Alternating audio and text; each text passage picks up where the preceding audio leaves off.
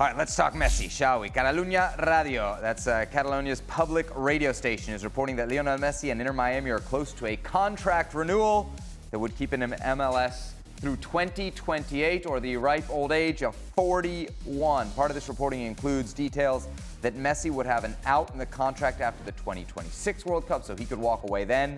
Miami would have an out after the 2027 season, so they could bail on the deal after that. Herc, we got the potential of Messi in Major League Soccer into his 40s through 2028. What say you? Brilliant. You got it done. For who? For Major League Soccer. Mm-hmm.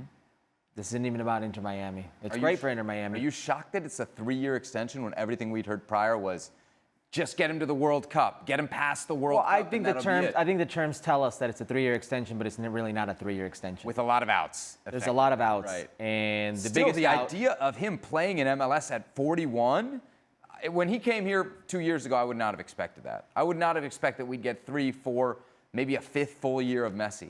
When Messi's investment is tied to him being tied to the club, when his pocket is affected, whether he stays or goes, he's going to want to prolong that as long as he can. Okay. I think it's pretty evident by the first option that Messi gets to opt out after 2026, that there could be a serious possibility that Messi rides off into the sunset if Argentina wins and he says, hey, I'm out. I'm done. Nothing more to do. Mic drop. That could be a serious possibility. The 2027 MLS pulling out of it, I doubt that. I really doubt that. If he's willing to play another year, I think that's optics at best. Inter Miami need this for the opening of Freedom Park. Mm-hmm. They've built 2026, correct? 2026, correct. They've built everything around Lionel Messi, but not only has Inter Miami built everything around Lionel Messi, the league has put everything around Lionel Messi. All their eggs are in the Lionel Messi basket. If you click on Apple TV MLS Season Pass, the first thing you're going to see is Messi's mug. If you see a commercial that in any way, shape, or form advertises for Major League Soccer, whether it's a drink, whether it's furniture, whether it's appliances, it's Lionel Messi. It's all around Messi. The only reason to Major League Soccer and the way they cater it to you, that people come to Major League Soccer, is because of Messi. There seems to be, Seb, this fatigue from the hardcore fan of everything Messi, and I understand it. I really do. I understand the fatigue that comes with it. I understand them not feeling valued or appreciated. I really do. I really do. They think this isn't Messi's league. We were here before Messi. We're going to be here after Messi. Maybe. True. But Major League Soccer has made it apparent that you can care about the league the way you want to. They don't care about you the way that you want to. If they move Columbus Crew after #SaveTheCrew, if they move the home game 3-4 hours away to Cleveland to cater to casual fans and forget about the hardcore fan, the season ticket holder, they're not doing it because they're trying to grow the game. They're doing it because they have Major League Soccer and they're trying to sell, they're doing it because they have Messi and they're trying to sell more Messi. That's why they're doing it. Javier Mascherano said it when Messi got suspended. If it was a away game, would the suspension have stayed? Probably not, because you're affecting a different gate. You're not affecting a gate that they already know has been sold. So I understand the need for them to lock down Lionel Messi. I think it was imperative that they did it. They've done it now. Now, cater it the right way. I'm with the fan in the idea that, hey, Messi has taken you this far. Now do it the right way. Grow it the right way.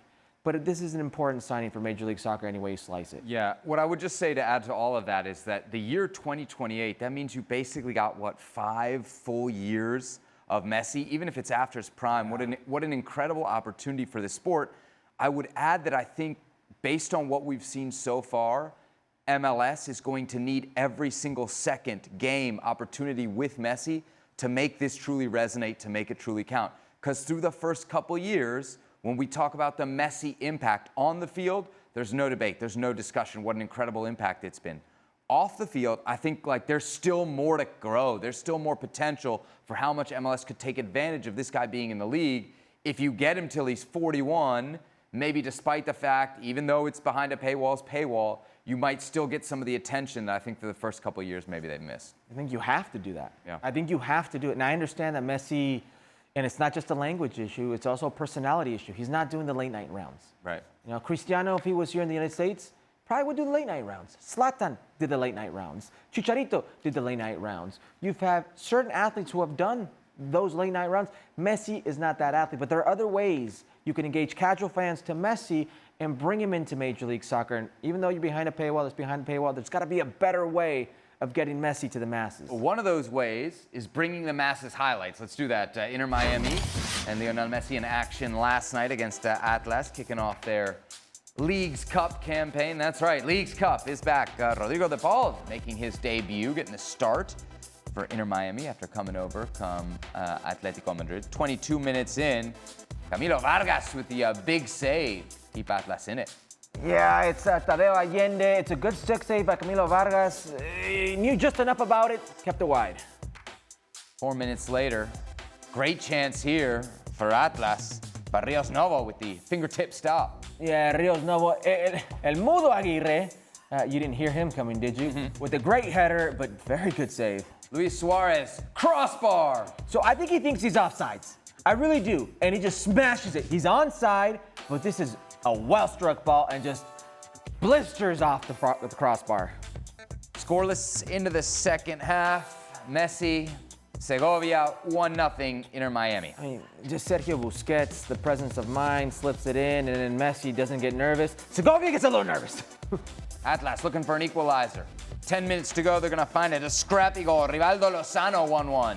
Yeah, Lozano, benefactor of some good work by Sanchez down the left-hand side, just falls to him and buries it. 3 minutes later, Inter Miami want to go back on top.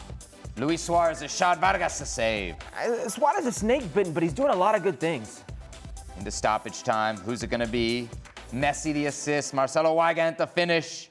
Inter Miami, 2-1. They take all 3 points in a big win over Atlas. As we get a look at the replay, the assist from Messi just onside, his second assist of the night. Let's hear from the GOAT. Here he is, post-game.